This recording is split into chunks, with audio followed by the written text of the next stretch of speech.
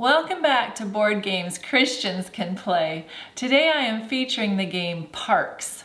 It is about the national parks in the United States, and it's a really cool game and very meaningful for me because I have visited a lot of these parks and I'm very blessed.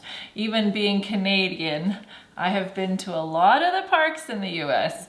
So, the theme of the game is you have two hikers, you and your buddy, and they go along hiking on the pathway. So to determine the pathway, there is some basic tiles. So let's put them out randomly.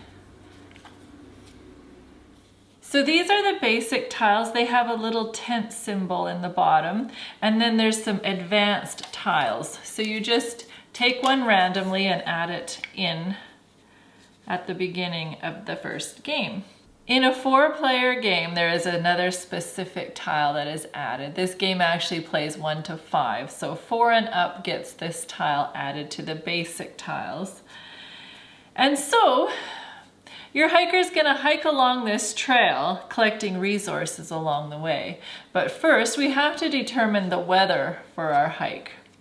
So this one says gain 1 water if you gain any mountains on a turn, and the weather pattern is a sunshine and 2 rain. So this is not good. I like to hike when there's sunshine better than rain. So you put out the resources on these, beginning with the second tile in. So sunshine, rain, rain, sunshine, rain. This is the first player token. So the beginning player gets this, and then the player to the right of that person gets the camera. The camera lets you take pictures throughout your journey, which every picture is worth a point at the end of the game. So the first person goes, we'll say the first person is green. They're gonna go here and collect a tree. These are the little resource bins, so cute. So there's wooden resources. And how you know what you want for resources is because of these parks. So this is Denali National Park. It requires 4 mountains in order to visit this park. Isle Royale National Park requires a tree, a sunshine, and a water. Great Smoky Mountains National Park requires 3 trees and a mountain. So you're hiking along and you're collecting these resources as you go. And then when you eventually make it to the end, you can either go, this is to visit a park or reserve a park. If you go to the reserve a park, you get the first player token. And that's kind of valuable to start the next round off with.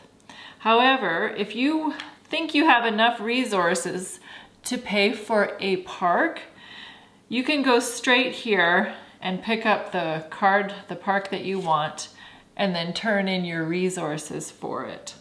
And then it gets replaced for the next person. But let's say the next hiker comes along and they don't have enough resources for these cards. They can go here and reserve a park. So how you reserve a park, you just choose a park that you want and you put it horizontally in your area. And then when you have enough resources collected, you would go here to the end and pay your resources, and then you put it vertically. And this counts for points. Now, every game you get 2 cards that you can choose from for end game scoring. So this one is visit 5 parks with water. Or you get 2 points. If you visit 7 parks with the water symbol, you get 3 points. This one is visit 6 parks with mountains, or visit 8 parks with mountains. So they're a bit of a challenge and not a huge bonus, not a huge point value, but anyways, it's something to strive towards as you play along. There is also canteens that you get at the beginning. Each person gets a canteen to start the game off with. And this one is you can exchange any token for a wild, or you can reserve or visit a park with this one. So this is a very valuable canteen.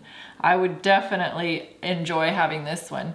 And the way you pay for a canteen is when your hiker lands on a spot with a water, you fill up your canteen with the water, and then you can take the action below it. Now, you can also get, this is the canteen symbol. So if you go here, you can either get a canteen or take 2 pictures if you don't have the camera. And then if you do that, then you get the camera.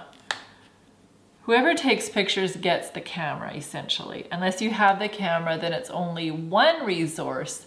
So it is pretty valuable to keep the camera as long as you can. So you hike along, and then you come to the end. Say you don't want any of the parks that are out here.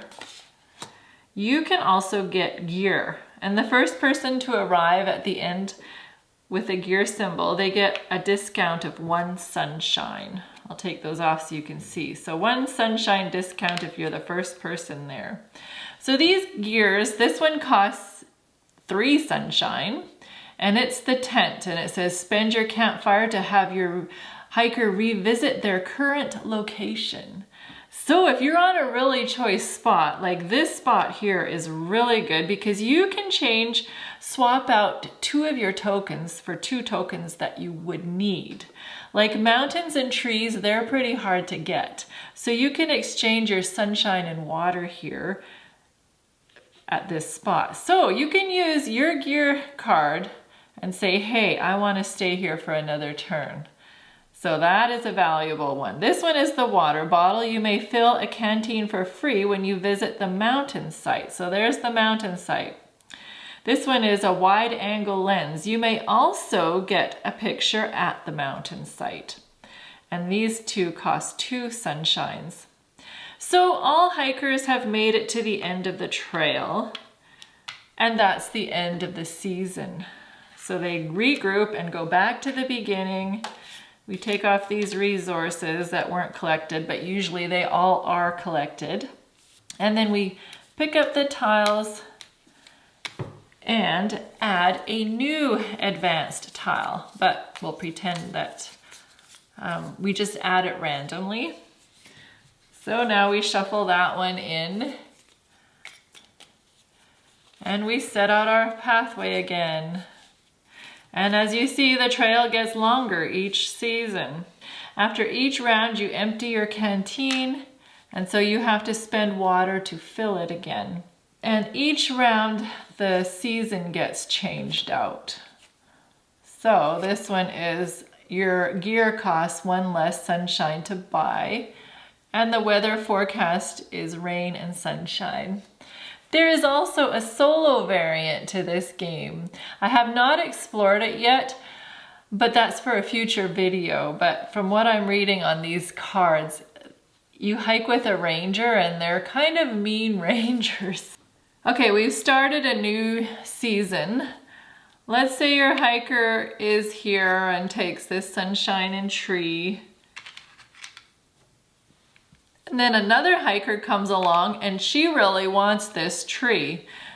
Normally, you are not allowed to be on the same tile as another hiker. However, if you really want that spot, you can flip over your campfire, snuff out your campfire, and then you're able to be there. And not until you get to the end of the trail can you relight your campfire.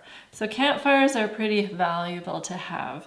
So you've got campfires, gear, and canteens to help you hike along this trail. At the end of 4 rounds, you add up all your points on your cards that you've accumulated, on your parks that you visited, along with your pictures, and also the first trail marker is worth a point. And whoever has the most points wins. If there's a tie, whoever collects the most park cards wins. So it's a very lovely game. We enjoy it very much. I've played it with 2, 3, and 4 players, and obviously the more players there is, the more competition. I really enjoy it at a higher player count, but also my friend and I enjoy it very much as well, playing with each other. So there's good strategy no matter how many player counts you have. I'm sure that most people, when they play this game, they think about hiking along the trail and gathering their resources and stuff. But for me, I look at all the pristine parks there are, the national parks, and it makes me so grateful to the US government for preserving these lands. Because if they did not step in and preserve them, can you imagine what would happen? Humans, people would trash them by now, or they'd get developed and lived in. But now they are preserved for us to enjoy.